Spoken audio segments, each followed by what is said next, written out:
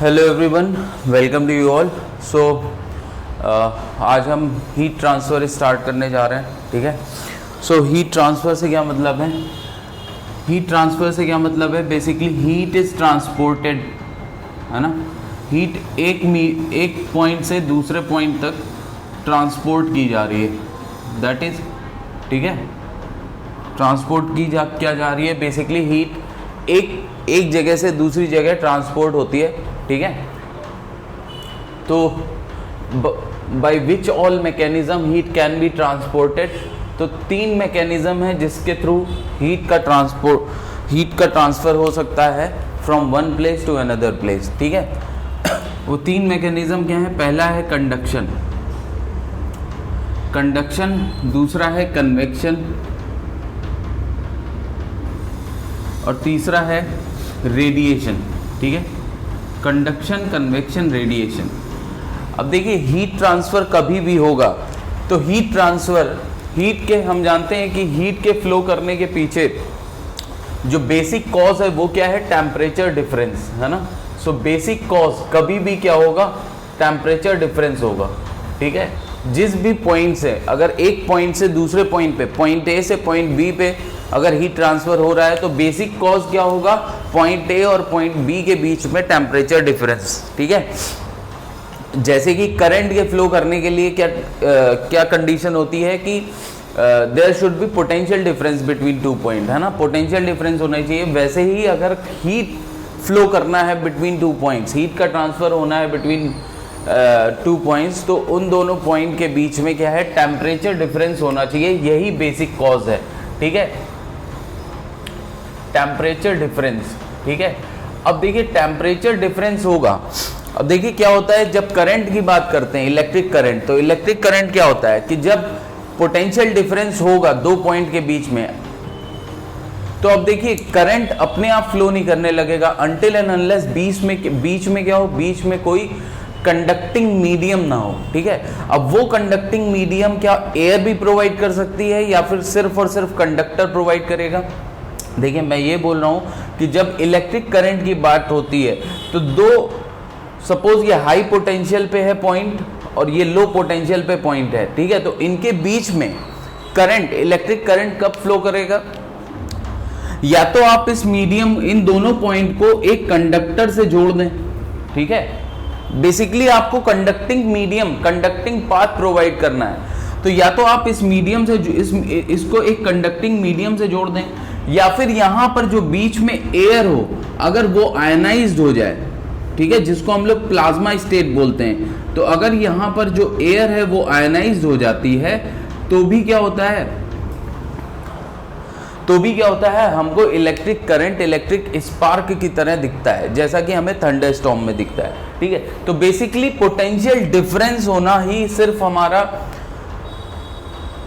ये basic cause है current flow करने के लिए, बट ये ओनली कॉज नहीं है for the electric current to flow. Similarly temperature difference basic cause है हीट फ्लो करने के लिए, लेकिन ओनली कॉज नहीं है, ठीक है। तो अगर टेम्परेचर डिफरेंस है तो आपके पास देखिए, हाँ, बट क्या है कि अगर टेम्परेचर डिफरेंस है तो हम यहां पर जो हमारा मोड ऑफ हीट ट्रांसफर है, ठीक है, वो कब हो सकता है? या तो हम कोई कंडक्टिंग मीडियम प्रोवाइड कर दें, ठीक है।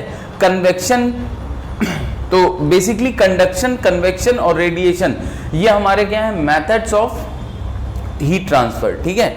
अच्छा, रेडिएशन एक ऐसा फिनोमेना है जिसको मीडियम की जरूरत नहीं होती है, राइट। तो यहाँ इस वजह से हम ये भी कह सकते हैं कि temperature difference is the only cause, ठीक है ना, क्योंकि उसमें हमको क्योंकि अगर टेम्परेचर डिफरेंस होगा तो 2 बॉडी आपस में हीट एक्सचेंज करेंगे because of due to radiation, ठीक है ना, by virtue of its radiation. जो ये एनर्जी रेडिएट करेंगे, ठीक है ना, that energy will be responsible for the heat transfer, ठीक है।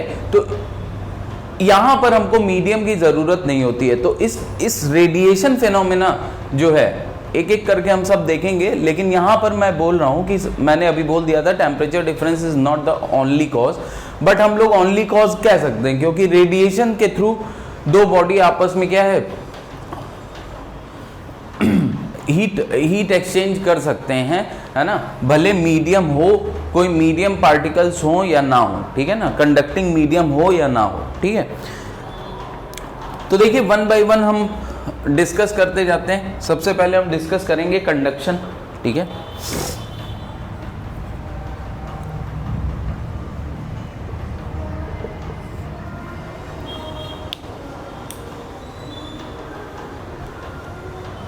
देखिए कंडक्शन क्या है कि अगर सपोज एक हमारा रिजर्वोयर है हाई टेम्परेचर पे TH और दूसरा हमारा रिजर्वोयर है लो टेम्परेचर पे TL, ठीक है। TH high temperature, low temperature TL, ठीक है। ये दोनों अलग अलग टेम्परेचर पे मेंटेन है।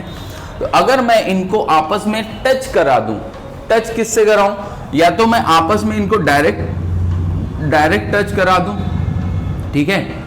और ये जो इनकी बाउंड्री है, ठीक है ना, इनकी बाउंड्री जो है वो कंडक्टिंग मीडियम की बनी होनी चाहिए, ठीक है, थर्मली गुड कंडक्टर होना चाहिए, ठीक है। तो क्या होगा, अब यहां से यहां हीट ट्रांसफर जो होगा, देखिए हीट ट्रांसफर जो है वो किसके थ्रू हो रहा है कि ये दोनों मीडियम आपस में कांटेक्ट में ला दिए गए हैं, ठीक है, दोनों मीडियम आपस में कांटेक्ट में ला दिए गए।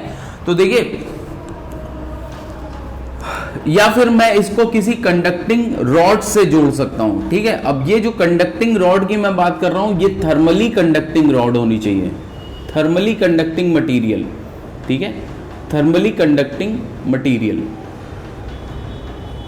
फॉर एग्जाम्पल कॉपर, ठीक है, copper is a good conductor of electricity also and heat also, ठीक है। तो थर्मली कंडक्टिंग मटेरियल से बना होना चाहिए। तो ये क्या होता है, अब इसमें क्या होता है बेसिकली, जो एंड हाई टेम्परेचर पे होगा उसके जो लैटिस आयंस होंगे, ठीक है ना, जो एंड हाई टेम्परेचर पे होगा, हम जानते हैं कि कोई भी मटेरियल कैसे होता है, लैटिस स्ट्रक्चर हम जानते हैं, ठीक है ना, कि कॉर्नर्स पे क्या होते हैं। तो देखिए जो मेटल आयंस यहां पर हाई टेम्परेचर पे होंगे उनमें वाइब्रेशन ज़्यादा होगा, ठीक है। और जैसे जैसे आप हाई टेम्परेचर से दूर जाते जाएंगे, अब देखिए ये वाइब्रेट ज़्यादा करेंगे, और ये वाइब्रेट करेंगे तो ये अपने बगल वाले को, नेबर एटम को क्या है, अपनी वाइब्रेशनल काइनेटिक एनर्जी ट्रांसफर कर देंगे, ठीक है। सिमिलरली ये उसके बगल वाला अपने बगल वाले को वाइब्रेशनल एनर्जी ट्रांसफर कर देगा, ठीक है ना।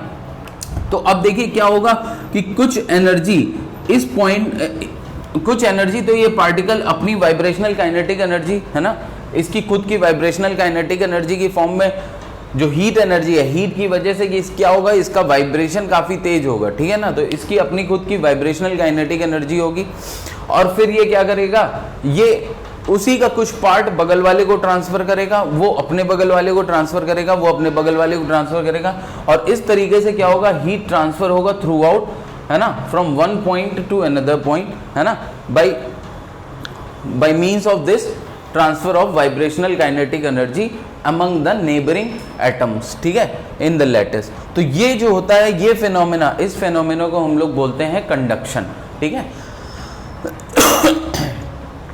Conduction basically when you are making them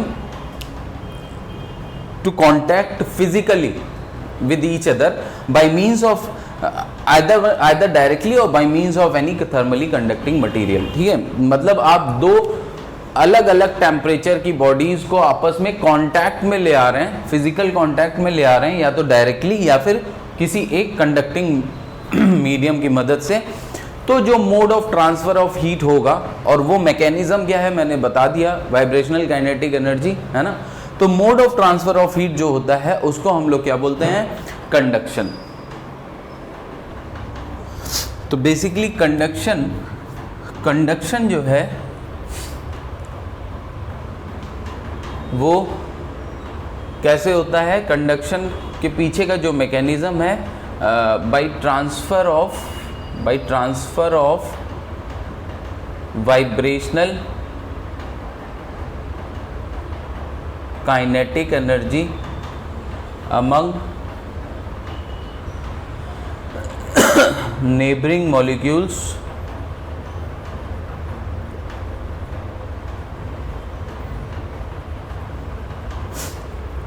और दूसरा है by transfer of free electrons, ठीक है ना। तो जो फ्री इलेक्ट्रॉन्स होते हैं, इसीलिए जो कॉपर है जैसे कि, तो जो electrically neutral electrically good conductors हैं, है ना, जो गुड इलेक्ट्रिकल कंडक्टर्स हैं वो गुड थर्मल कंडक्टर्स भी होते हैं जनरली, ठीक है। जनरली वो गुड थर्मल कंडक्टर भी होंगे because of this property free electrons, right.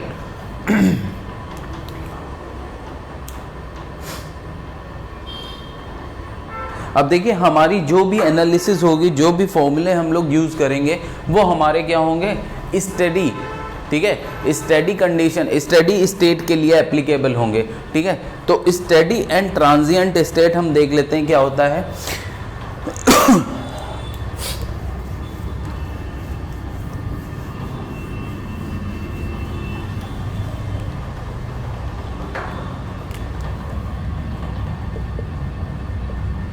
Steady and transient state, देखिए हम जानते हैं स्टेडी का मतलब क्या होता है। स्टेडी का मतलब होता है things are constant with respect to time, है ना।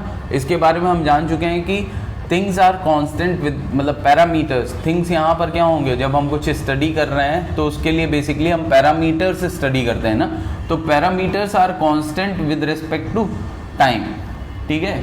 तो हमारी एनालिसिस किसी भी केस में, हीट ट्रांसफ़र में हमारी एनालिसिस जो भी हम करते हैं वो हमेशा स्टडी कंडीशन पे ही करते हैं, ठीक है, मोस्टली, ठीक है। ट्रांजिएंट स्टेट के लिए हमको ट्रांजिएंट स्टेट कुछ केसेस में हमको स्टडी करने पड़ते हैं, ठीक है, जो कि टाइम पे डिपेंडेंट, जैसे कि हमको टेम्परेचर बताना होगा कभी, तो वो उस केस में हम बताएंगे कि अगर टाइम के साथ साथ क्या है, अगर टाइम के साथ साथ टेम्परेचर चेंज हो रहा है, राइट। ऐसे भी केस हो सकते हैं कि टाइम के साथ साथ टेम्परेचर किसी बॉडी का चेंज हो रहा होगा ही, ठीक है ना, क्योंकि हीट ट्रांसफ़र के साथ साथ धीरे धीरे क्या आएगा जनरली, मतलब अगर आपने किसी प्लेट को गर्म किया या किसी भी सॉलिड बॉडी को आपने गर्म करा, ठीक है। देखिए कंडक्शन इतना तो क्लियर होगा ही कि कंडक्शन हमारा किस में होगा, जनरली कंडक्शन हमारा सॉलिड बॉडी में ही होगा। लेकिन अगर हम फ्लूइड देखें, मतलब फ्लूइड का मतलब क्या होता है, एयर एंड लिक्विड, तो अगर हम एयर और लिक्विड के पार्टिकल्स को, ठीक है ना, एटॉमिक लेवल पे जाके देखें, ठीक है, तो फिर हम वहाँ पर भी देख सकते हैं कि एक पार्टिकल आपस में दूसरे पार्टिकल को अगर हीट ट्रांसफ़र कर रहा है, तो अगर हम उस पॉइंट ऑफ व्यू से अगर फ्लूइड को भी देखेंगे तो वो भी क्या होगा, एक तरीके का कंडक्शन होगा, ठीक है। बट जनरली हम कंडक्शन जब हम फ्लूइड के थ्रू ट्रांसफ़र ऑफ हीट देखते हैं तो हम कंडक्शन को नेग्लेक्ट करते हैं, क्योंकि उसमें कंडक्शन बहुत कम होगा। उसका रीज़न है जो कि अभी हम लोग, जो लॉ गवर्न करता है कंडक्शन को, जब वो हम पढ़ेंगे उसके बाद हम देखेंगे, ठीक है। तो जनरली क्या होगा, जनरली कंडक्शन जो होगा is a mode of heat transfer in solids, ठीक है ना। कंडक्शन क्या है, is the mode of heat transfer among solids, ठीक है। ओके, सो अब देखिए, अगर parameters are constant with respect to time, तो ये हमारी क्या होती है, स्टेडी स्टेट, ठीक है। ये हमारी क्या होती है, स्टेडी स्टेट। और अगर parameters are changing with respect to time, तो ये हमारा क्या होता है, ट्रांजिएंट स्टेट, ठीक है। तो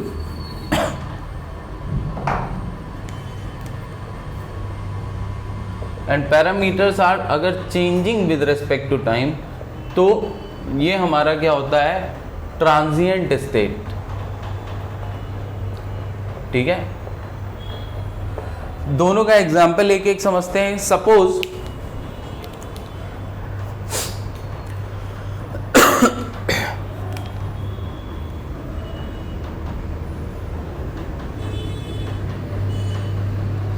ये कोई कंडक्टिंग रॉड है, ठीक है, और ये इनिशियली क्या है,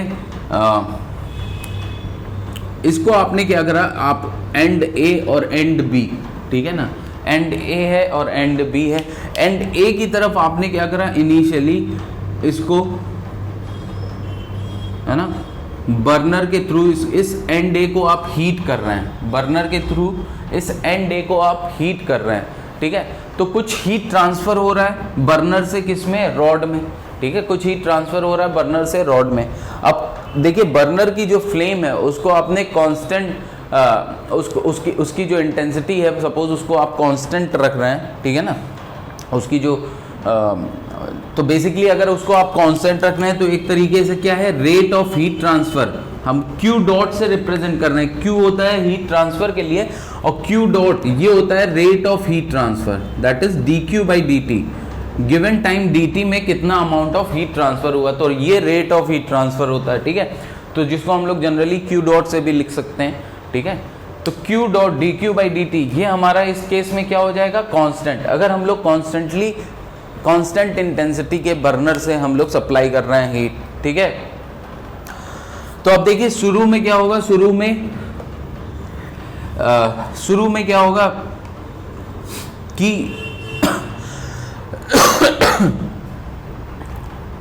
सपोज आपने क्या करा, आप जब ये एक्सपेरिमेंट कर रहे हैं, ठीक है। अच्छा जब मैं अभी हीट ट्रांसफर की बात कर रहा हूं तो अब मैं सराउंडिंग मीडियम में रेडिएशन और कन्वेक्शन फिलहाल उसको अभी मैं नेग्लेक्ट कर रहा हूँ, ठीक है। जब मैं इसकी बात कर रहा हूँ अभी कंडक्शन की बात कर रहे हैं तो अभी हम जो रेडिएशन है और कन्वेक्शन है फिलहाल उसको नेग्लेक्ट कर रहे हैं, ठीक है, अभी उसकी बात नहीं कर रहे हैं। तो उसकी बात आप इस तरीके से भी कर सकते हैं कि इसको चारों तरफ से आपने क्या करा है, इसको चारों तरफ से आपने इंसुलेटिंग मटेरियल जैसे कि ग्लास वूल है ना, तो उससे क्या करा है, इसको ढक दिया है ताकि कोई हीट ट्रांसफर ना हो, ठीक है ना। थर्मली इंसुलेट कर दिया इसको सराउंडिंग से, ठीक है, सराउंडिंग से इसको थर्मली इंसुलेट कर दिया ताकि कोई हीट ट्रांसफर सराउंडिंग और इस रॉड के बीच में ना हो, ठीक है। क्योंकि उस केस में क्या होगा, फिर उस केस में आपका ये स्टेट ट्रांजिएंट स्टेट नहीं रह जाएगी, ठीक है, जो कि हम लोग ये स्टेट स्टेडी स्टेट नहीं रह जाएगी, जो कि हम लोग अभी थोड़ी देर में देखेंगे, ठीक है। तो यहां पर अब देखिए ये क्या है कि जो रेट ऑफ हीट ट्रांसफर है वो आपका कांस्टेंट है, ठीक है।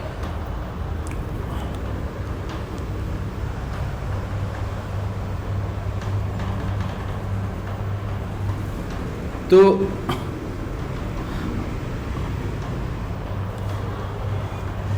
अब देखिए अगर मैंने इस तरफ इसलिए खोल दिया कि यहां से देखिए अगर आप पूरा ही ढक देंगे और कहीं से हीट ट्रांसफर बाहर होगा नहीं तो क्या होगा, इसका टेम्परेचर कॉन्टिन्यूसली बढ़ता जाएगा और फिर से वही होगा कि टेम्परेचर कॉन्टिन्यूसली बढ़ता जाएगा तो हम लोग स्टेडी स्टेट आ नहीं पाएंगे, ठीक है। तो अगर ये स्टेडी स्टेट समझने के लिए आपको ये समझिए कि सपोज आप कुछ ये हीट ट्रांसफर हो रहा है और यहाँ पर आपने क्या करा है, कुछ दूरी पे थर्मामीटर लगा दिया है, ठीक है, कुछ दूरी पे थर्मामीटर लगा दिया है।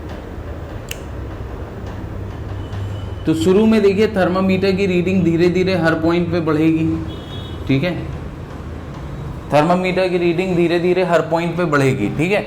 अब यहाँ पर ज़्यादा होगा, यहाँ पर उससे कम होगा, यहाँ उससे कम होगा, यहाँ उससे कम होगा, ये बात है, लेकिन हर पॉइंट पे बढ़ेगी, हर पॉइंट पे बढ़ेगी इनिशियली शुरू में, ठीक है। तो ये कैसी स्टेट है, ट्रांजिएंट स्टेट है कि अभी हर पॉइंट का टेम्परेचर थोड़ा थोड़ा बढ़ रहा है। फिर जब आप एक्सपेरिमेंटली देखेंगे और थोड़ी देर ऑब्जर्व करेंगे कि कुछ एक पर्टिकुलर टेम्परेचर पे आके जब ये कांस्टेंट हो जाएंगे ये रीडिंग, तो ठीक है, तो उसका मतलब क्या होगा कि जो आप Q डॉट यहां पर दे रहे हो वो कंडक्शन के थ्रू इस पॉइंट से पॉइंट B तक ट्रांसफर हो रही है हीट, ठीक है, और उसके बाद इस पॉइंट B इस एरिया से क्या हो रहा है, ये बाहर एटमॉस्फेयर को ट्रांसफर हो रही है, ठीक है। तो अगर ये कांस्टेंट हो गया है लेवल, ठीक है, अगर यहाँ पर टेम्परेचर कांस्टेंट हो गया है विद रिस्पेक्ट टू टाइम, तो ऐसा तभी हो सकता है कि जो हीट ट्रांसफर आप यहाँ से Q डॉट पास कर रहे हैं वो क्या होगा, एक तो इसका टेम्परेचर इंक्रीज करेगा पूरी बॉडी का, और plus amount of heat transfer जो यहाँ से होगा वो बराबर हो जाएगा। मतलब जो Q डॉट है वो क्या करेगा, वो पहले तो इसकी internal energy, rate of change of internal energy है ना इसकी बॉडी की, उसको इंक्रीज करेगा, और साथ में ये क्या होगा, Q डॉट कन्वेक्शन, ये कन्वेक्शन के थ्रू जो हीट ट्रांसफर B से होगा सराउंडिंग में, ठीक है ना। अब ये कन्वेक्शन के थ्रू क्यों बोल रहा हूँ, क्योंकि कन्वेक्शन होता है सॉलिड और फ्लूइड के बीच में, हीट ट्रांसफर जो होता है वो क्या होता है, सपोज आप नॉर्मली जब भी आप क्या करते हैं, कोई गर्म चीज़ अगर एटमॉस्फेयर में रख दें तो वो धीरे धीरे ठंडी होती है। तो वो किस प्रोसेस से होती है कि आसपास का जो फ्लूइड है वो कम टेम्परेचर पे है, ठीक है। तो जो हीट ट्रांसफ़र है वो high temperature to low temperature होता है, ठीक है। और अकॉर्डिंगली वो क्या होता है कि वो पूरी वो कन्वेक्शन अभी हम थोड़ी देर में देखेंगे कि पूरी सरफेस एरिया पे वो डिपेंड करता है, ठीक है। तो वहाँ से क्या है, तो बेसिकली हम ये कह सकते हैं कि कन्वेक्शन क्या है, सॉलिड और लिक्विड या फिर सॉलिड और फ्लूइड के बीच में होने वाला हीट ट्रांसफर, उसको हम लोग कन्वेक्शन कहते हैं, ठीक है। तो ये जो है Q डॉट को क्या है कि जो कि आप रेट ऑफ हीट ट्रांसफर कर रहे हैं एक्सटर्नल सोर्स के थ्रू, वो स्टेडी कंडीशन में क्या होगा, कुछ इस तरीके का रिलेशन बन जाएगा, ठीक है। तो तभी, क्योंकि स्टेडी कंडीशन में तभी आएगा जब ये रेट जो आप दे रहे हैं वो किसके बराबर हो जाए, change in internal energy plus convection के थ्रू हीट लॉस के बराबर, ठीक है। तो इस केस में क्या होगा कि आपका हर एक पॉइंट पे जो टेम्परेचर है वो क्या हो जाएगा, कांस्टेंट हो जाएगा, राइट।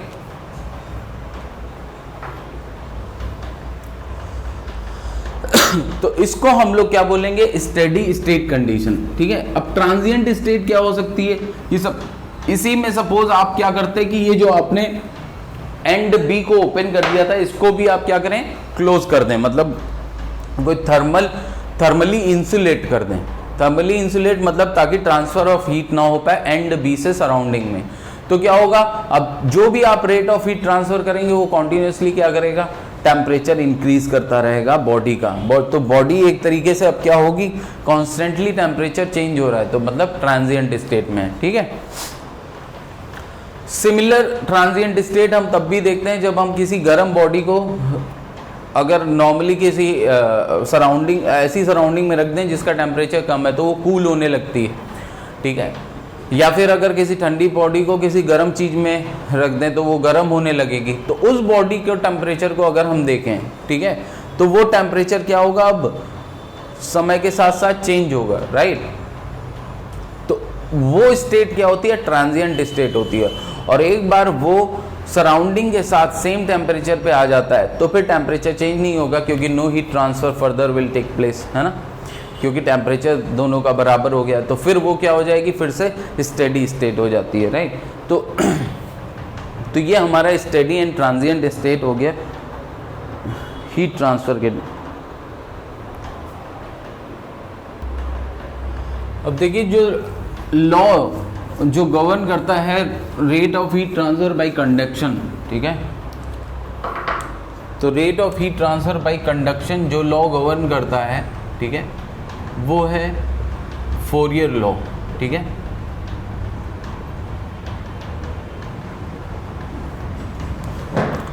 तो अकॉर्डिंग टू फोरियर लॉ कि जो रेट ऑफ हीट ट्रांसफर होता है इन अ गिवन डायरेक्शन, ठीक है, इन अ गिवन डायरेक्शन। तो हमने सपोज ये स्लैब ले लिया, ठीक है, स्लैब का ये हाई टेम्परेचर पे है ये एंड, और ये लो टेम्परेचर पे है, ठीक है। तो इनके बीच में अब ये हाई टेम्परेचर पे हम मेंटेन करके रख रहे हैं, ठीक है, स्टेडी कंडीशन की बात कर रहे हैं, ठीक है, कैसे भी हाई टेम्परेचर पे इसको हम मेंटेन करके रख रहे हैं, ठीक है। तो देखिए अब जो रेट ऑफ हीट ट्रांसफर होगा, जो रेट ऑफ हीट ट्रांसफर होगा अकॉर्डिंग टू फोरियर लॉ वो क्या होगा, है ना, Q डॉट। तो अगर मैं इस डायरेक्शन को x ले लूँ, ठीक है, किसी एक पर्टिकुलर डायरेक्शन पे हम देखेंगे किसी एक टाइम पे, ठीक है।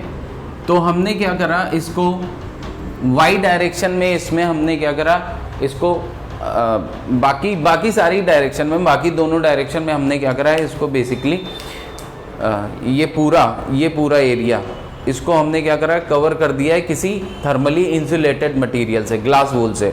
तो अब बचा क्या, अब ये हीट ट्रांसफ़र जो है इस एंड से इस एंड तक ही होगा, ठीक है। उसके बाद इस एंड पे आपका, आप सपोज इसको हाई टेम्परेचर पे मेंटेन कर रहे हैं, ठीक है, किसी एक्सटर्नल सोर्स के थ्रू, ये लो टेम्परेचर पे मेंटेन है, ठीक है, और ये कांस्टेंट हो गए, ठीक है। जो तो वो किस केस में कांस्टेंट होगा वो हमने बता दिया था, ठीक है, कि कब ऐसा होगा कि टेम्परेचर कांस्टेंट हो जाएगा।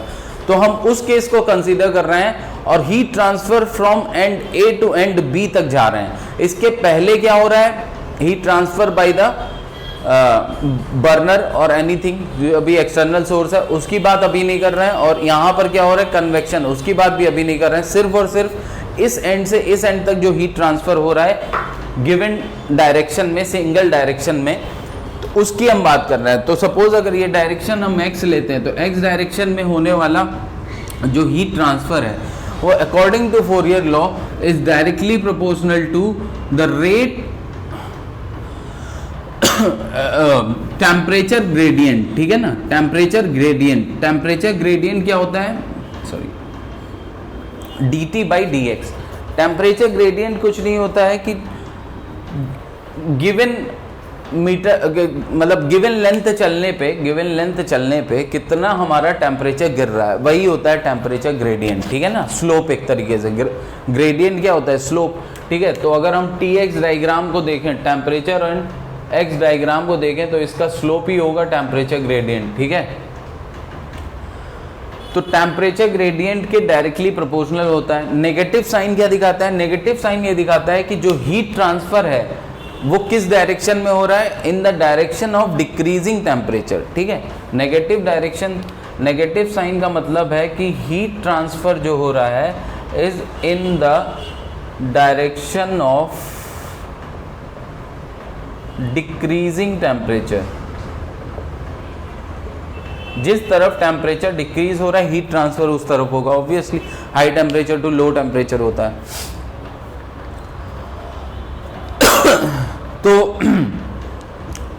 तो फोरियर लॉ का क्या कहना है कि Qx is directly proportional to temperature gradient as well as directly proportional to the area perpendicular to the direction of heat transfer. ये एरिया क्या है, perpendicular to the direction of heat transfer, ठीक है। और ये Qx क्या है, ये Qx बेसिकली डॉट लिखिए, ठीक है ना। Qx क्या है, rate of heat transfer, rate of heat transfer in a given direction.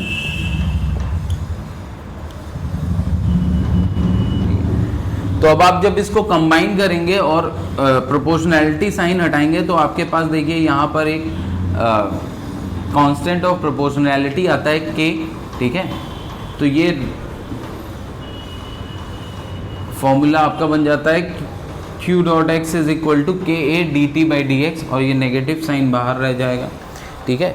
तो q डॉट एक्स से कंफ्यूज नहीं होना है। x क्या दिखा रहा है कि हमारा ये जो फोरियर लॉ है ये फॉर अ गिवन डायरेक्शन लगता है, ठीक है।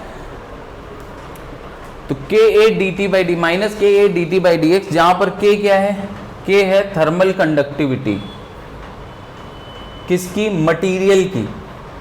ये प्रॉपर्टी है मटेरियल की, ठीक है ना, thermal conductivity of the material. तो जिसकी थर्मल कंडक्टिविटी ज्यादा उसमें रेट ऑफ हीट ट्रांसफर ज्यादा होगा for a given temperature gradient, है ना। For a given temperature gradient मतलब आपने ये गिवन टेम्परेचर ग्रेडियंट का मतलब क्या है, D T by d x. तो क्या मैं ये एक तरीके से लिख सकता हूँ, D T by d x होगा क्या, T H minus T L upon ये जो भी लेंथ है इसकी एल, ठीक है।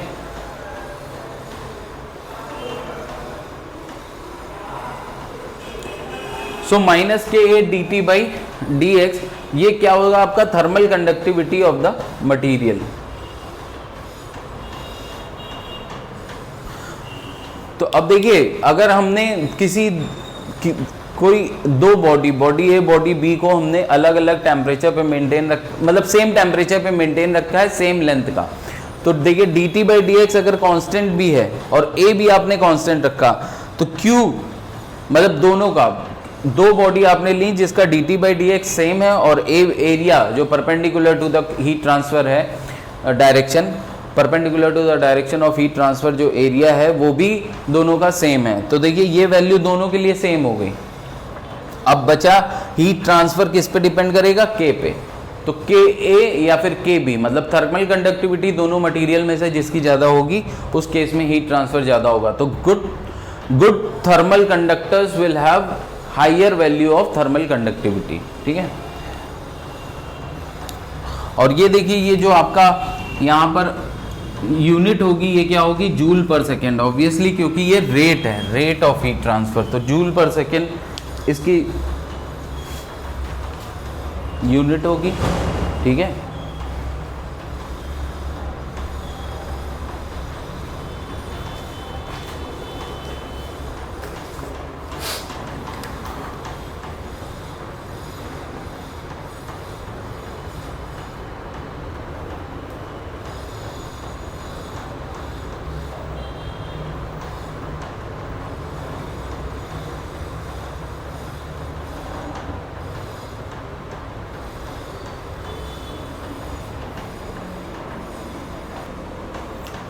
अब देखिए कि ये इस फॉर्म में डिफरेंशियल इक्वेशन की फॉर्म में, ठीक है ना, dt by d x Q dot x, ये इस फॉर्म में किसी भी मूवमेंट पे वैलिड है। ठीक है, मतलब कंडीशन स्टेडी हो या अनस्टेडी हो ये वैलिड है, बट ये जो मैंने लिखा है ये वैलिड नहीं है किस केस में, अनस्टेडी स्टेट कंडीशन में ये वैलिड नहीं होगा। ठीक है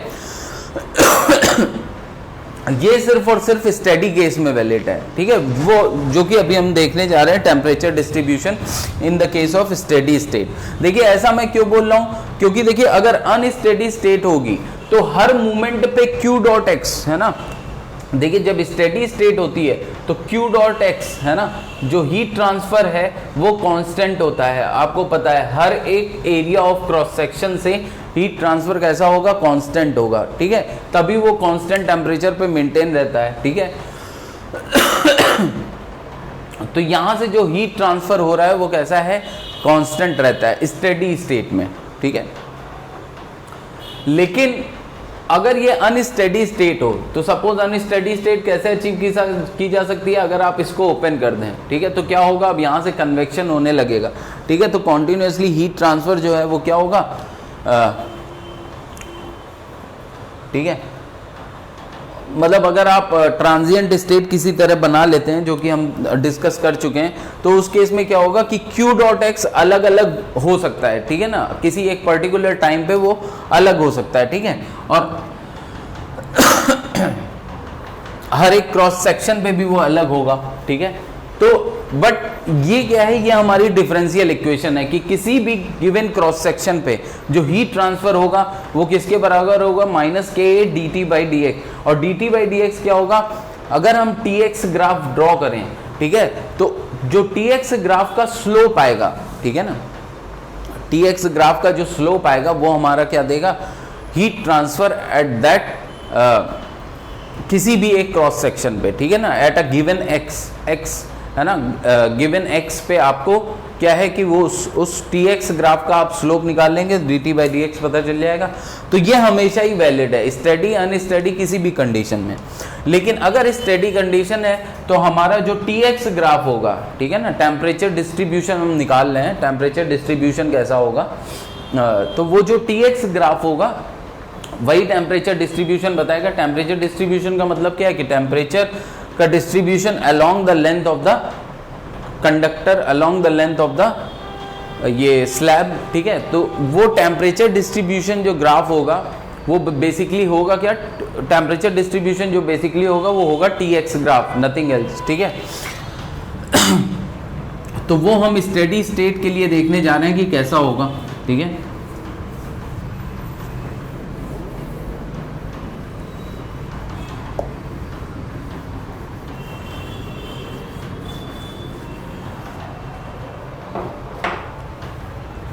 सो स्टेडी स्टेट में हमारा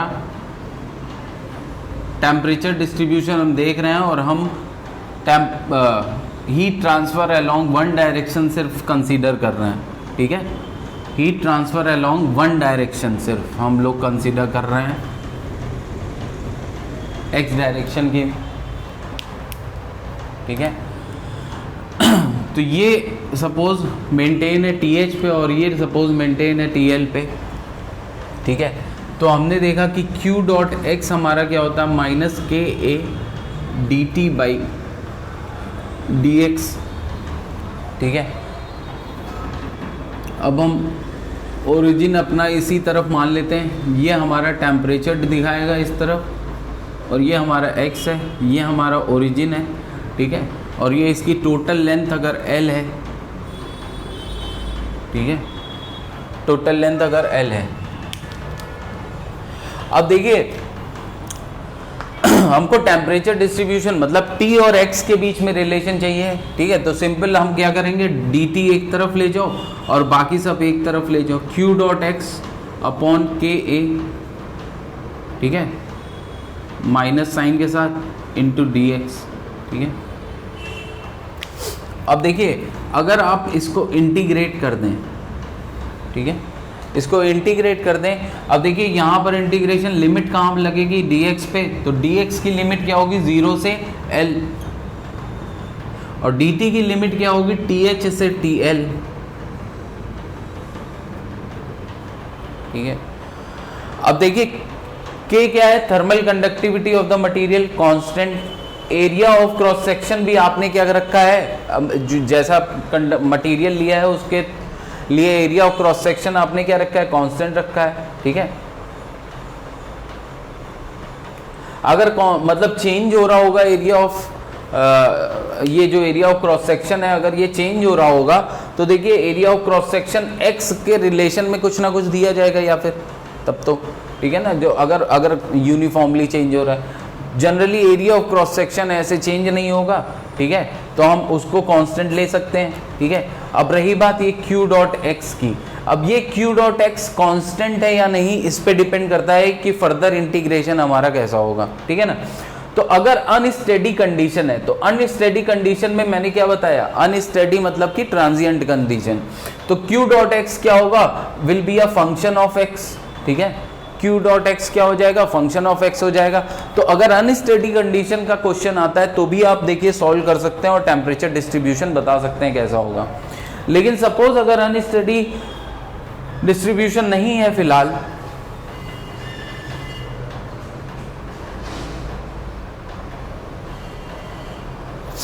ठीक है, अनस्टेडी अगर डिस्ट्रीब्यूशन नहीं है तो फिर देखिए बेसिकली हम क्या कंसीडर कर रहे हैं, हम कंसीडर कर रहे हैं स्टेडी स्टेट कंडीशन।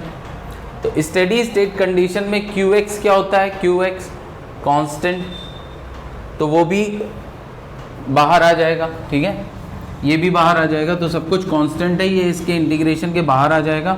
यहाँ पर बचेगा आपका देखिए TL माइनस TH, और ये माइनस साइन के साथ Q dot x upon K ए, और dx का इंटीग्रेशन करेंगे L माइनस जीरो करेंगे तो ये L आ जाएगा, ठीक है।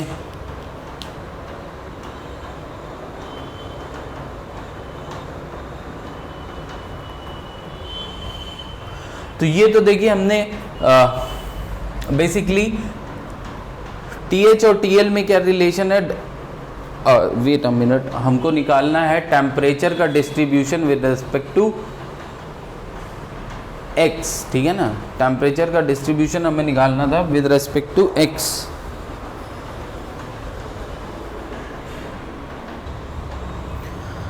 तो देखिए यहाँ से सबसे पहले ये तो समझ आ जाता है कि Q dot x upon K ए, ये कितना आ जाता है TH माइनस, नेगेटिव साइन इधर लेके तो TH minus TL upon L हो जाता है, ठीक है।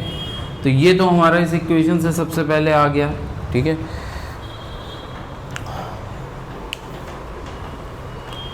लेकिन अगर यहाँ के बाद हमको बेसिकली क्या निकालना था, टेम्परेचर का distribution with respect to x।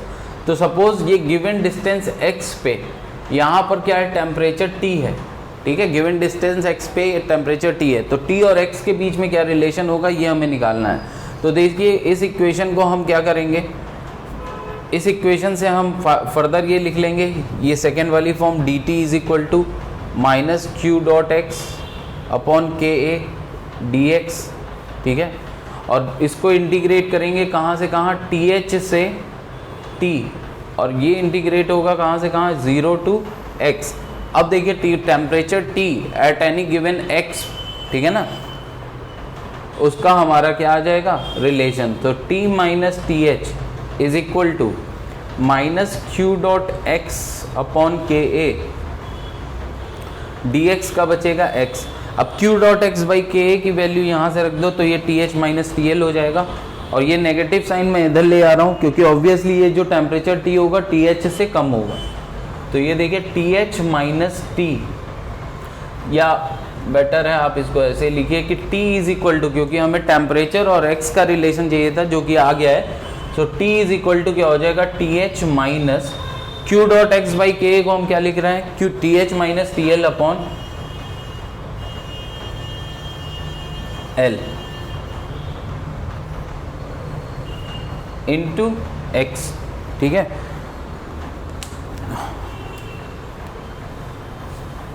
तो देखिए टेम्परेचर और x में, है ना, टेम्परेचर और x में कैसा रिलेशन आ रहा है टेम्परेचर और x में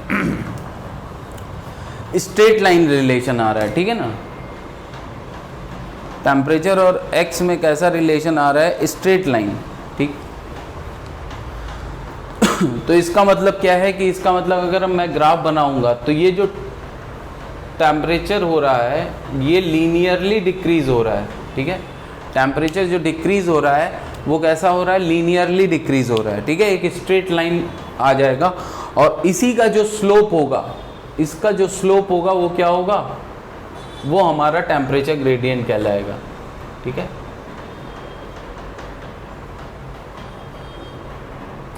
और इसका जो स्लोप होगा वो हमारा क्या कहलाएगा, वो हमारा कहलाएगा टेम्परेचर ग्रेडियंट dt, ये dx। ठीक है, सो यही होगा dt बाई dx, ये टेम्परेचर ग्रेडियंट। और ये देखिए क्योंकि स्ट्रेट लाइन है तो ये कहीं पर भी कांस्टेंट होगा। ठीक है, और ये स्ट्रेट लाइन कब है, जब हमने स्टेडी स्टेट माना, और इसीलिए dt by dx steady state के लिए जो dt बाई dx होगा वो किसके बराबर हो जाएगा, TH minus TL by L, है ना, क्योंकि ये कांस्टेंट है। फॉर ए स्टेडी स्टेट ये कैसा है, कांस्टेंट है। ठीक है, तो टेम्परेचर डिस्ट्रीब्यूशन हमारा स्टेडी स्टेट में कैसा होता है, स्ट्रेट लाइन। ठीक है, कंडक्शन में टेम्परेचर डिस्ट्रीब्यूशन फॉर कंडक्शन। ठीक है,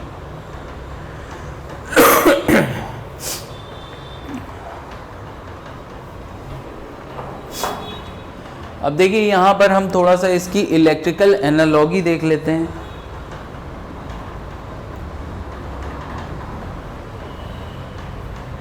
कंडक्शन में हम conduction heat transfer, conduction mode of heat transfer के लिए हम इलेक्ट्रिकल एनालॉजी देखते हैं। ठीक है, जैसे इलेक्ट्रिक करंट और रेजिस्टेंस, है ना, होता है, वैसे ही यहाँ पर क्या होगा, इक्विवेलेंट रेजिस्टेंस इलेक्ट्रिक करंट और रेजिस्टेंस होता है, वैसे ही यहाँ पर हम क्या निकालेंगे, इक्विवेलेंट थर्मल कंडक्टिविटी। ठीक है, इक्विवेलेंट थर्मल कंडक्टिविटी और रेजिस्टेंस उसके लिए सबसे पहले देखेंगे। ठीक है, तो देखिए अभी अगर हम स्टेडी स्टेट की बात कर रहे हैं अब, ठीक है, तो स्टेडी स्टेट में हम इस तरीके से लिख सकते हैं कि अगर दो एंड हमारे TH और TL पे मेंटेन है और अगर इनके, ठीक है, ये जो थिकनेस है या फिर जो लेंथ है वो L है, तो हमारा जो हीट ट्रांसफ़र होता है Q डॉट, है ना, हीट ट्रांसफ़र Q डॉट जो होता है वो होता है TH KA TH minus TL upon L। ठीक है, ये हम इस तरीके से लिख सकते हैं क्योंकि minus dt by d x, तो minus dt by d x TL minus TH होगा, तो माइनस साइन अंदर ले गए तो TH minus TL by L हो जाएगा। ठीक है, तो इस तरीके से हम हीट ट्रांसफ़र को लिख सकते हैं, कंडक्शन हीट ट्रांसफ़र को along a given direction TH minus TL upon L। ठीक है, अब थोड़ा सा इसमें हम कुछ मैनिपुलेशन कर रहे हैं, कुछ फेरबदल कर रहे हैं इस फॉर्मूले को अपना, ताकि ये फॉर्मूला हमारा कुछ वैसा ही फॉर्मूला बन जाए जैसा कि ओम्स लॉ में होता है। ठीक है, सो ये क्या हो जाएगा, Q dot is equal to TH minus TL upon L by KA। ठीक है, अपॉन L बाई KA। ठीक है,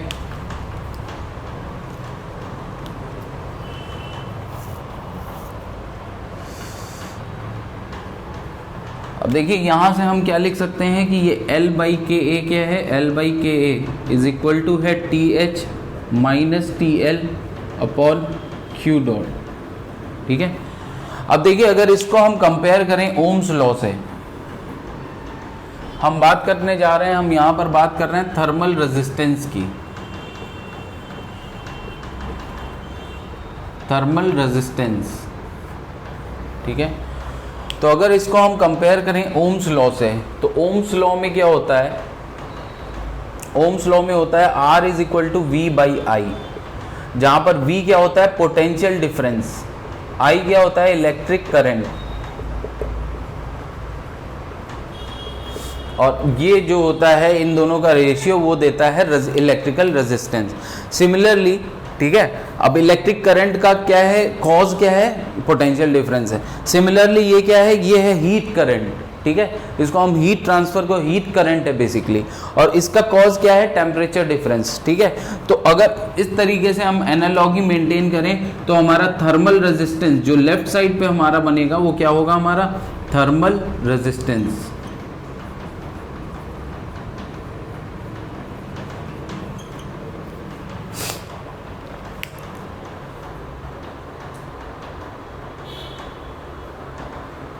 तो अब हम देखिए सीरीज कॉम्बिनेशन और पैरेलल कॉम्बिनेशन लगा सकते हैं, और कंपोजिट रॉड का हम इक्विवेलेंट थर्मल कंडक्टिविटी भी निकाल सकते हैं, ठीक है। तो हम कंपोजिट रॉड के लिए अब देखते हैं कि अगर सीरीज कॉम्बिनेशन है या पैरेलल कॉम्बिनेशन है, किन्हीं दो अलग अलग मटेरियल की या सेम मटेरियल की भी रॉड का, ठीक है, तो वो कुछ हीट ट्रांसफ़र करेंगे, ठीक है, अपने थ्रू एक पॉइंट से दूसरे पॉइंट। अब हमको क्या देखना है, हमको यहाँ देखना है कि अगर हम वो दो रॉड हटा के सिंगल रॉड यूज़ करना चाहें ऑफ द सेम लेंथ, ठीक है ना, तो फिर अकॉर्डिंगली उसकी थर्मल कंडक्टिविटी क्या होगी, और वो थर्मल कंडक्टिविटी को ही हम लोग बोलेंगे क्या, इक्विवेलेंट थर्मल कंडक्टिविटी, ठीक है। तो अब हम कंपोजिट रॉड देखते हैं।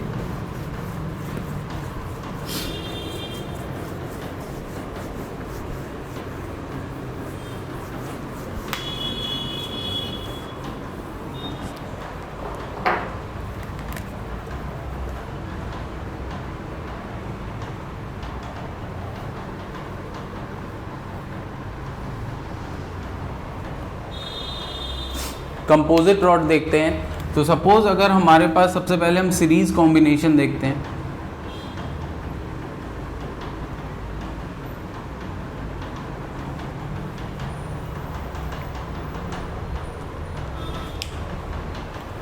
तो सपोज हमारे पास पॉइंट ए से पॉइंट बी जो है ट्रांसफर हो रहा है हीट का यूजिंग दीज टू रॉड्स, ठीक है ना, ए से पॉइंट बी तक ट्रांसफ़र हो रहा है बाई कंडक्शन हीट का, इन दो रॉड का यूज़ करके। रॉड, पहली रॉड जो है उसकी थर्मल कंडक्टिविटी K1 है, लेंथ L1 है, एरिया A है, ठीक है। एरिया हमने दोनों का क्या लिया है, A ले लिया है, ठीक है, और इसका थर्मल सेकेंड रॉड का थर्मल कंडक्टिविटी K2 है, area of cross section same A लिया है, और ये L2 लेंथ।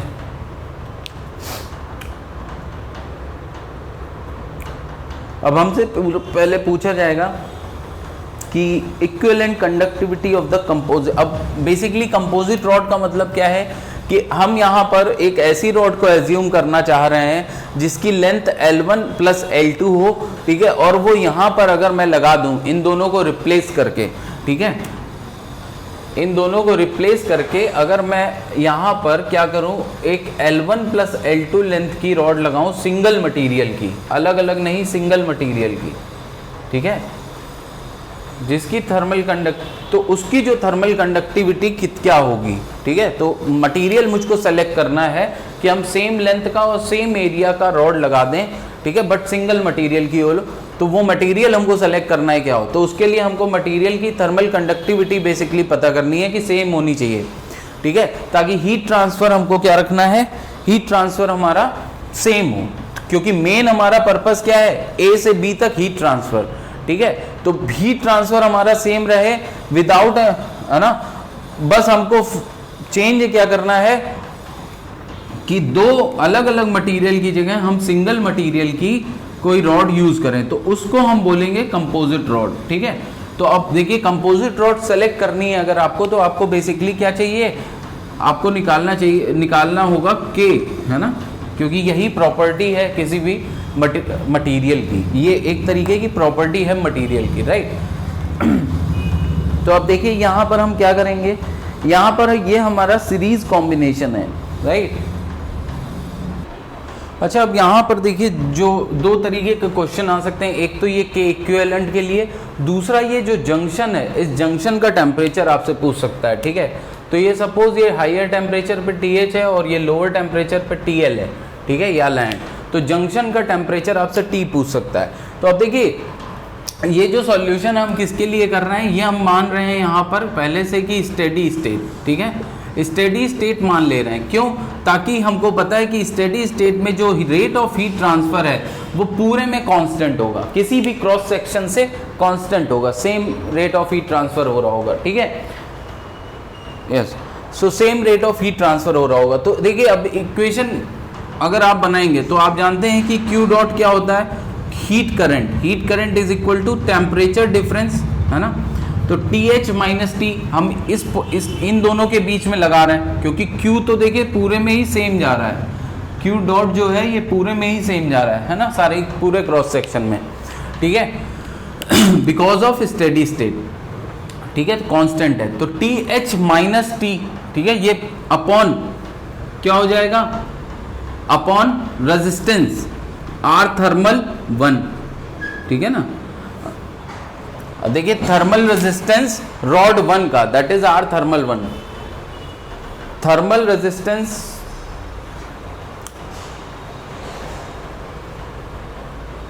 हम बात कर रहे हैं, थर्मल रेजिस्टेंस क्या होगा, थर्मल रेजिस्टेंस आप अलग से याद रखिए, रॉड 1 का ये क्या हो जाएगा, L1 upon K1A, L1 upon K1A, अभी हम देख चुके हैं पीछे यही आता है, ठीक है। रॉड 2 का थर्मल रेजिस्टेंस क्या हो जाएगा, L2 अपॉन K2A, ठीक है।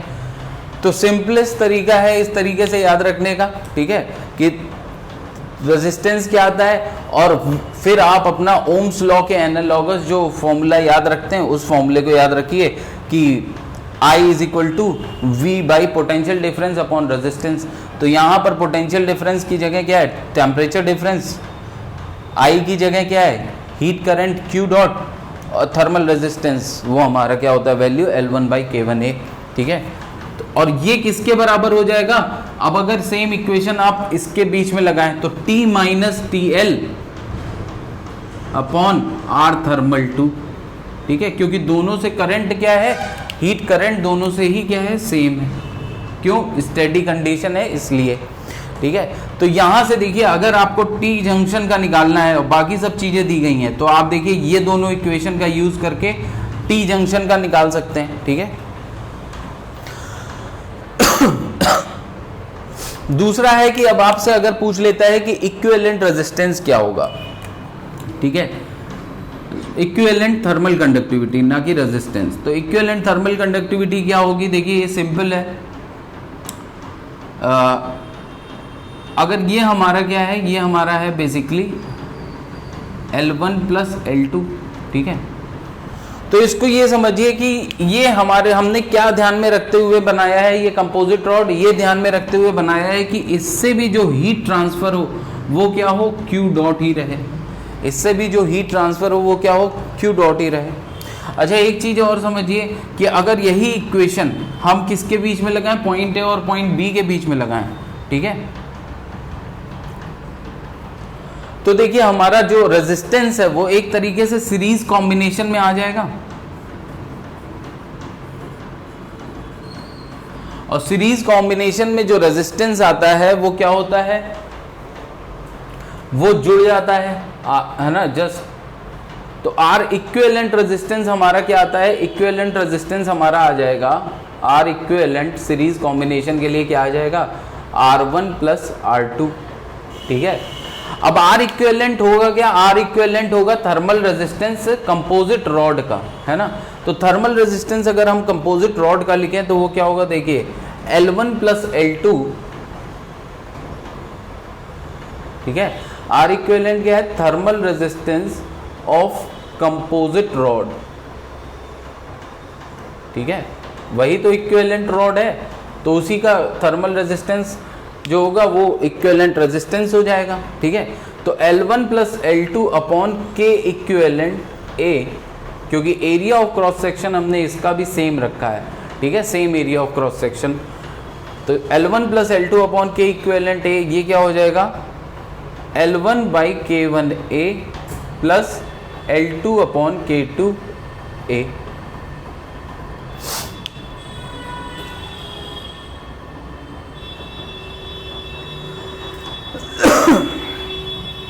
और यहां से जो आपका के इक्विवेलेंट आएगा, ठीक है, यहां से जो आपका के इक्विवेलेंट आएगा,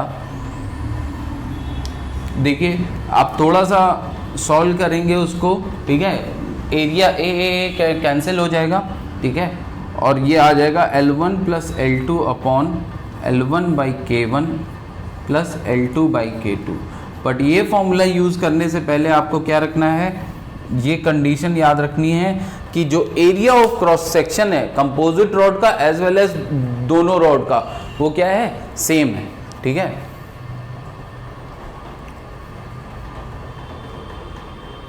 तो ये सिंपलेस्ट तरीका है, इस तरीके से आप किसी भी क्वेश्चन को, अगर 2 की जगह 3 रॉड दिए हैं तो उस क्वेश्चन को भी अप्रोच कर सकते हैं, ठीक है। जो ये इक्वेशन आपने एक मतलब इसके लिए अलग लिखी, इसके लिए अलग लिखी, तीसरी हो तो उसके लिए भी सेम इक्वालिटी साइन के साथ लिख सकते हैं। क्यों, क्योंकि दो मेन क्राइटेरिया क्या है कि जो हीट करंट है वो क्या है, सेम है थ्रू आउट द रॉड, ठीक है। हीट करंट हमारा कैसा है, सेम है।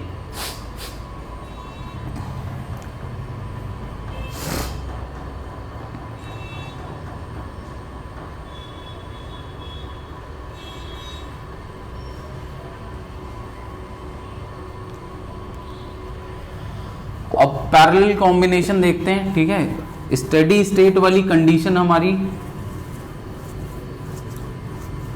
मेन कंडीशन, हमने इसके पीछे, सबके पीछे क्या लगाई है, स्टेडी स्टेट, तभी हम इस तरीके का फॉर्मूला लिख रहे हैं, नहीं तो फिर क्या होता, हमको डिफरेंशियल फॉर्मूला लिख रहे होते सिर्फ, ठीक है, डिफरेंशियल फॉर्म में।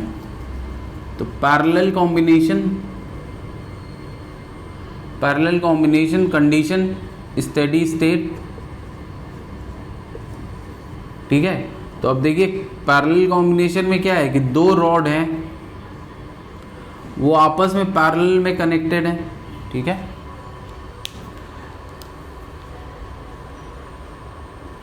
अब जब पैरेलल कॉम्बिनेशन हम देखेंगे तो हम क्या कर रहे हैं, लेंथ दोनों की सेम मान रहे हैं, एक का एरिया A1 है, दूसरे का एरिया A2, एक का एरिया A1 है, दूसरे का एरिया A2 है, ठीक है। इसको रिप्लेस करना है हमें एक कंपोजिट रॉड से,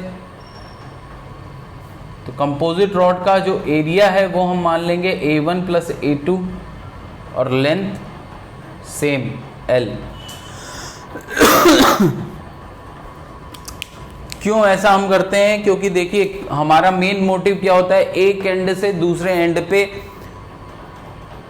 हीट प्रोवाइड करना, ठीक है, heat transfer from one end to other end. तो हीट हमारा मेन क्राइटेरिया होता है कि वो सेम अमाउंट पहुंचना चाहिए इससे। तो जितना एरिया यहाँ पर ज़रूरत थी उतना एरिया हमने इसका ले लिया, ठीक है। लेंथ तो सेम ही रखनी होगी, ज़्यादा नहीं कर सकते, क्योंकि हमारा मेन मोटिव क्या है, इस पॉइंट से इस पॉइंट तक प्रोवाइड करने का, है ना। वन एंड से दूसरे एंड पे हमारा हीट ट्रांसफ़र मेन हमारा मोटिव है, ठीक है। तो अब देखिए इसका अगर हम इक्विवेलेंट सर्किट डायग्राम बनाएं, ठीक है, तो देखिए ये R थर्मल 1 हो जाएगा और ये R थर्मल 2 हो जाएगा,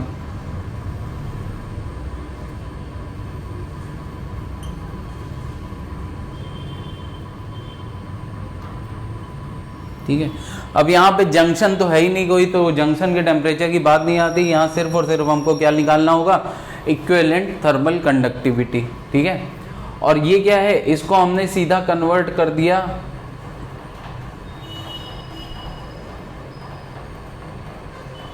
ठीक है, आर इक्विवेलेंट थर्मल, ठीक है। बस ठीक है, इसको रिड्यूस करके हमने क्या कर दिया है, इसको इस तरीके से कन्वर्ट कर दिया। तो अब हम यहाँ पर रिलेशन जानते हैं कि क्या आएगा इनके बीच में, ठीक है, क्योंकि वहाँ पर हीट करंट हमारा चेंज होता था, है ना।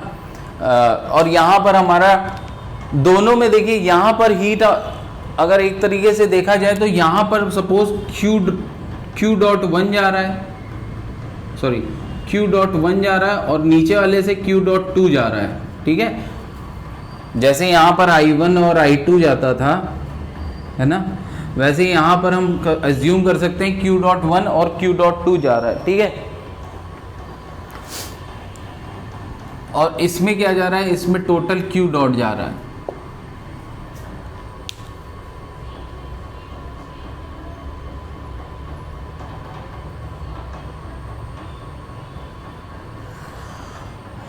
तो देखिए अब ये Q1 क्या होगा, Q.1 होगा आपका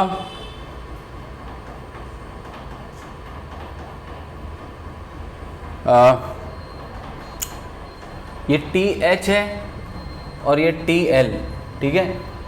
तो TH minus TL upon L upon K1 A1, ठीक है। Q.2 क्या हो जाएगा, TH minus TL upon L upon K2 A2, ठीक है। और देखिए ये जो फाइनल जो आर इक्विवेलेंट थर्मल होता है वो बेसिकली करता क्या है, I इज इक्वल टू क्या हो जाता है, I1 प्लस I2।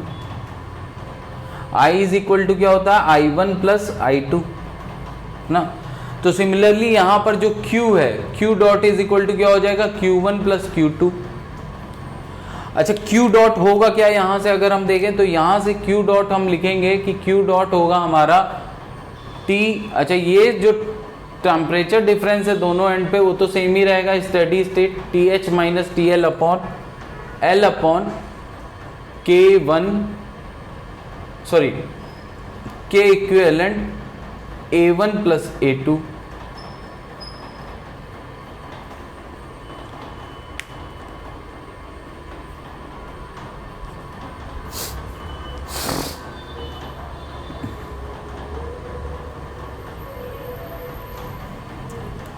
ठीक है, तो इन दोनों को हम इक्वेट कर सकते हैं, ठीक है। मतलब ये यहाँ पर पुट कर दो इसकी वैल्यू सारी, Q1 डॉट Q डॉट और इसकी, ठीक है। तो हमारे पास क्या इक्वेशन बन के आएगी,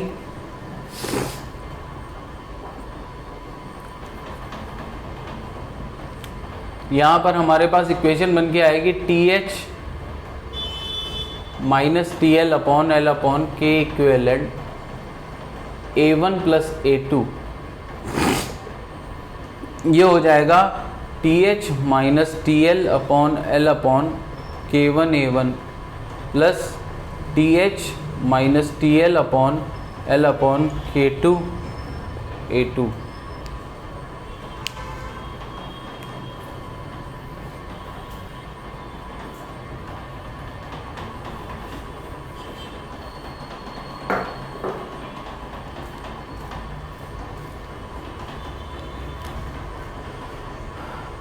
अब देखिए यहाँ से TH माइनस TL कॉमन लेके कट जाएगा, L भी कट जाएगा, ठीक है।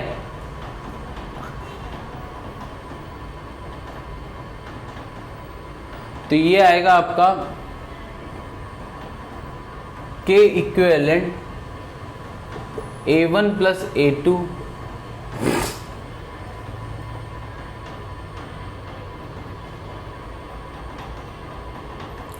Is equal to 1 upon 1 by K1 A1, या ये हो जाएगा आपका K1 A1 plus K2 A2।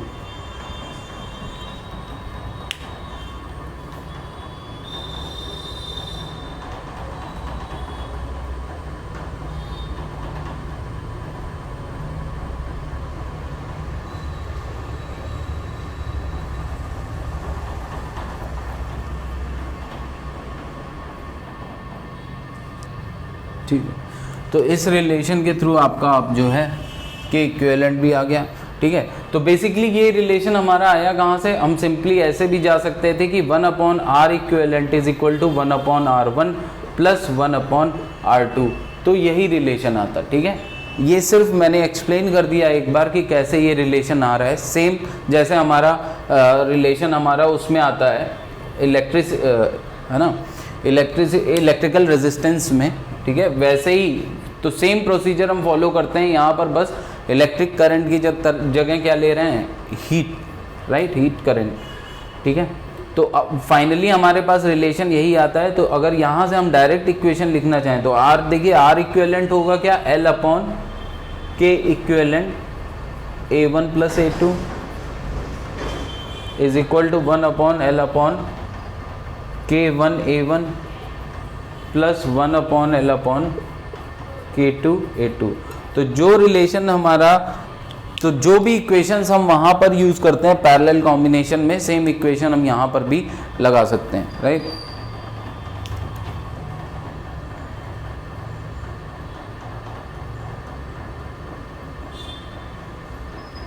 अब देखिए नेक्स्ट हमारा आता है कन्वेक्शन हीट ट्रांसफर।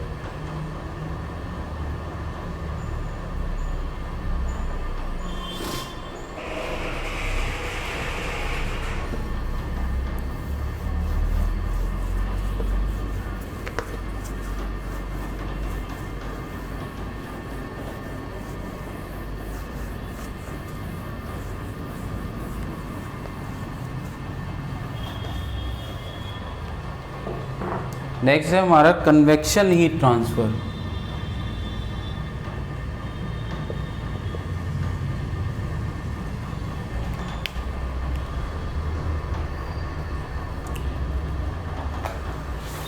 सो कन्वेक्शन में बेसिकली हमारा क्या होता है,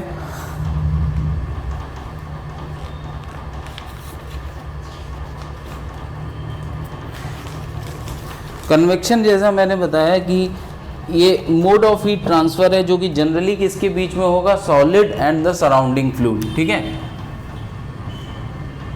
मोड ऑफ हीट ट्रांसफर जो कि जनरली किसके बीच में होता है, generally between solid and surrounding fluid, solid and surrounding fluid,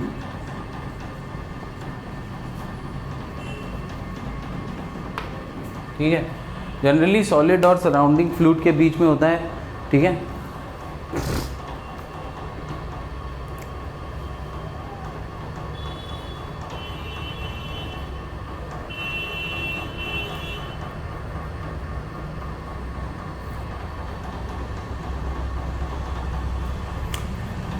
इसमें जो ट्रांसफर ऑफ हीट है, ट्रांसफर ऑफ हीट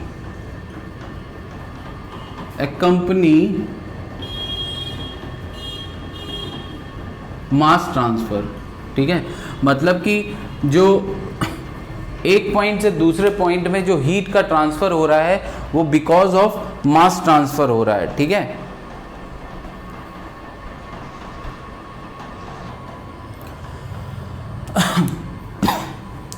तो सपोज आप जैसे कि ये कन्वेक्शन भी हमारा क्या होता है, कन्वेक्शन भी बेसिकली हम क्या बात कर रहे हैं कि ये किसी भी अब देखिए जनरली मैंने लिखा है कि सॉलिड और सराउंडिंग फ्लूइड के बीच में होता है, लेकिन अगर आप घर पे सपोज जो हमारी चाय रखी होती है वो भी ठंडी हो जाती है, तो वहाँ पर अब किसके बीच में हो रहा है, सरफेस ऑफ द टी, है ना, और आपका जो है सराउंडिंग फ्लूइड। तो वहाँ पर भी क्या है, बेसिकली वो सरफेस से लेके जा रहा है हीट को, कौन, सराउंडिंग एयर, जो कि लेस टेम्परेचर पे है कंपेयर टू द टी और एनी अदर फ्लूइड, ठीक है। तो उसमें भी हो सकता है, ऐसा नहीं है कि कन्वेक्शन सिर्फ और सिर्फ सॉलिड के बीच में, तो जनरली हम देखते हैं सॉलिड के बीच में। अब ये देखिए सॉलिड एंड फ्लूइड के बीच में, अब ये देखिए दो तरीके का होता है, एक तो होता है हमारा फोर्स्ड कन्वेक्शन, ठीक है, और एक हमारा होता है फ्री कन्वेक्शन, ठीक है। तो फ्री कन्वेक्शन जनरली जो आप चाय का ठंडा होना आप देखते हैं वो क्या है, free convection. Free convection basically suppose यहाँ पर कोई अगर ये सॉलिड प्लेट रखी है, ठीक है, ये सॉलिड प्लेट रखी है और ये जो है इसका टेम्परेचर आपका ज़्यादा है किससे, सराउंडिंग फ्लूइड के टेम्परेचर से। तो सराउंडिंग फ्लूइड का टेम्परेचर हम T इन्फिनिटी से डिनोट कर रहे हैं और सरफेस का टेम्परेचर या वॉल का टेम्परेचर, सरफेस का टेम्परेचर हम TW से डिनोट कर रहे हैं, ठीक है। तो अब देखिए क्या होगा कि जनरली अगर आपने सिर्फ ऐसे रख दिया और ये हॉट प्लेट है, ठीक है, अगर ये हॉट प्लेट है तो क्या होगा, इसमें क्या होगा कि जो सराउंडिंग फ्लूइड है जो इसके टच में आएगा वो क्या होगा, गर्म हो जाएगा और गर्म होके ये क्या करेगा, अपना ऊपर की तरफ राइज, जो गर्म एयर होगी वो क्या होगी, लाइट हो जाएगी, लाइटर होगी, ठीक है, और ऊपर की तरफ राइज करेगी। तो यहाँ पर पार्शियल वैक्यूम बनेगा और पार्शियल वैक्यूम बनने की वजह से आसपास से और फ्लूइड आएगा, फिर वो भी इसी तरीके से राइज कर जाएगा, ठीक है। तो ऐसे पार्शियल वैक्यूम भी बनता जाएगा और आसपास का जो एयर है, जो फ्लूइड है, वो आके क्या करेगा, इसको टच करके फिर से ऊपर राइज कर जाएगा, ठीक है। तो ये हमारा क्या होता है, ये हमारा फ्री कन्वेक्शन होता है, फ्री कन्वेक्शन, ठीक है। तो फ्री कन्वेक्शन के पीछे, फ्री कन्वेक्शन होने का रीजन क्या है, due to density difference, due to density difference, ठीक है। डेंसिटी डिफरेंस, बायांसी लगने लगती है एक तरीके से, डेंसिटी डिफरेंस, ठीक है। बायांसी मैं क्यों बोल रहा हूं, क्योंकि बायान फोर्स क्या होता है, ड्यू टू डेंसिटी डिफरेंस, ठीक है। तो वो हल्की हो जाती है और ऊपर राइज करने लगेगी जो हॉट एयर है, ठीक है। तो ये क्या है, ड्यू टू डेंसिटी डिफरेंस हमारा क्या होता है,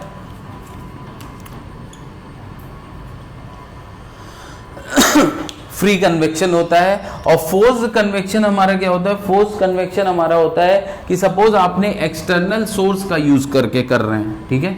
यहां पर क्या है, हम एक्सटर्नल सोर्स का यूज करते हैं, फॉर एग्जांपल ब्लोवर, फैन, ठीक है। तो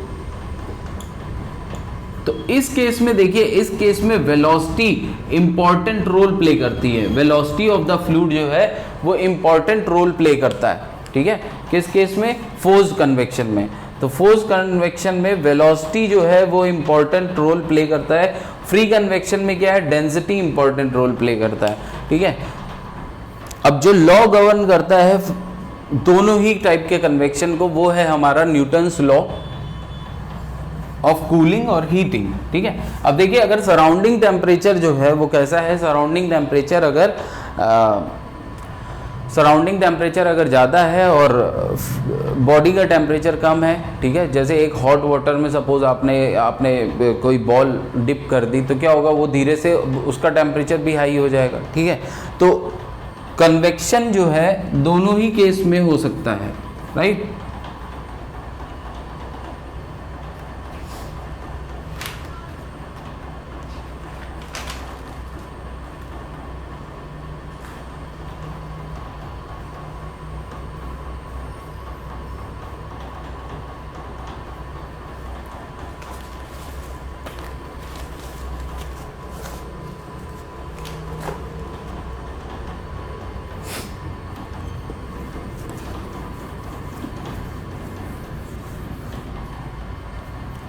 तो जो लॉ गवर्न करता है वो क्या है, न्यूटन्स लॉ, ठीक है। Newton's law of cooling for convection.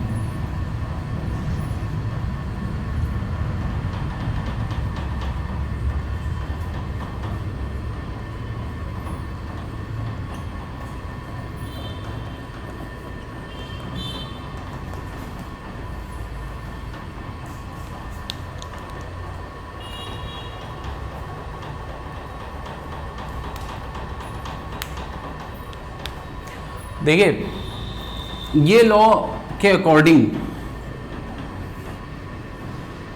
जो रेट ऑफ हीट ट्रांसफर है between a solid and a fluid surrounding a solid, rate of heat transfer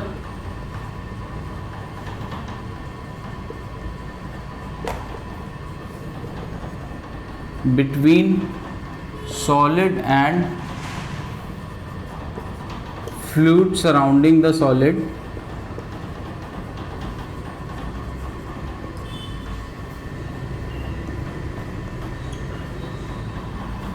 ठीक है ना, डायरेक्टली प्रोपोर्शनल टू क्या होता है, क्यू डॉट, ठीक है ना, रेट ऑफ हीट ट्रांसफर।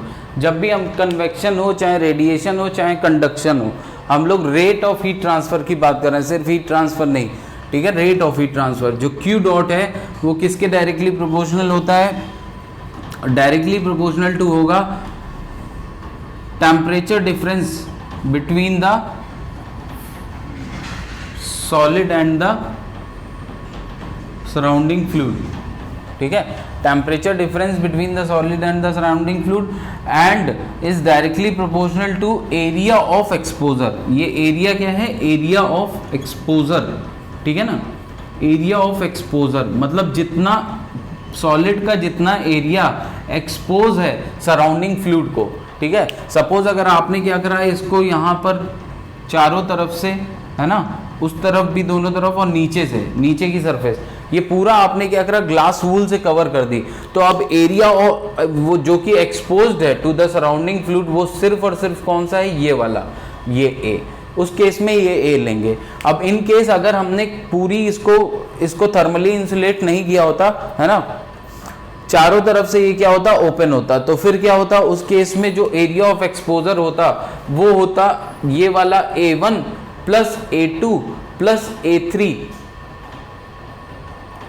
ठीक है, इंटू 2, ठीक है। इस केस में एरिया ऑफ एक्सपोजर क्या हो जाता, पूरा, देखिए A2 और इसके अपोजिट फेस होगा A2, A3 इसके अपोजिट फेस होगा A3, A1 इसके अपोजिट फेस A1, ठीक है। तो 2 into A1 plus A2 plus A3 इस केस में होता अगर हमने कहीं से भी इसको जो है कवर ना किया होता, लेकिन बिकॉज हमने कवर कर दिया अगर, ठीक है, तो जितना मतलब एरिया एक्सपोज का मतलब आप समझ गए होंगे कि जितना प्लेट का या किसी भी सॉलिड का एरिया सराउंडिंग फ्लूइड को एक्सपोज्ड है, उसको हम वो एरिया की हम यहाँ पर बात करना है, ठीक है। और इसको जब हम कंबाइन करते हैं तो हमारा क्या होता है, एक कांस्टेंट ऑफ प्रोपोर्शनैलिटी आता है H, ठीक है, जो कि क्या होता है, जो कि होता है कन्वेक्शन हीट ट्रांसफर कोएफिशिएंट, ठीक है, कन्वेक्शन हीट ट्रांसफर कोएफिशिएंट। और ये क्या बन जाता है, HA delta T। Delta T क्या है, temperature difference between the wall and the surrounding fluid, temperature difference between the wall and the surrounding fluid, ये है डेल्टा T। तो Q डॉट हमारा क्या हो जाता है, HA इंटू डेल्टा T, और H हमारा क्या होता है, H होता है कन्वेक्शन हीट ट्रांसफर कोएफिशिएंट,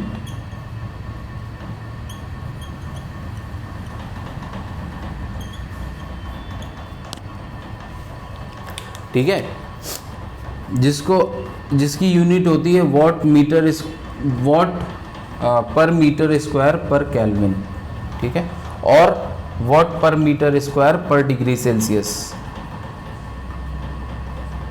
ठीक है, क्योंकि यहाँ पर ये जो टेम्परेचर है ये टेम्परेचर डिफरेंस है, ठीक है ना। तो आई थिंक क्लियर होगा कि ये हम डिस्कस कर चुके हैं कि जब टेम्परेचर डिफरेंस दिया होता है तो वो पर डिग्री सेल्सियस या पर केल्विन बराबर ही होता है, ठीक है।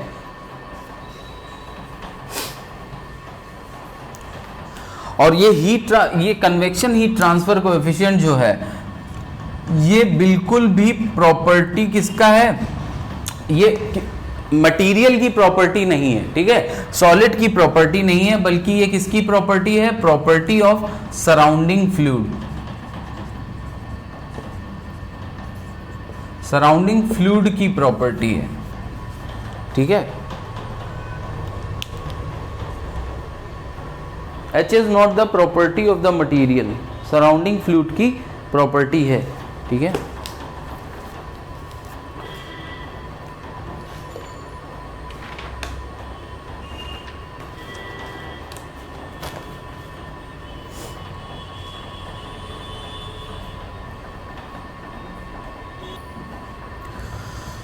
So that's it for today.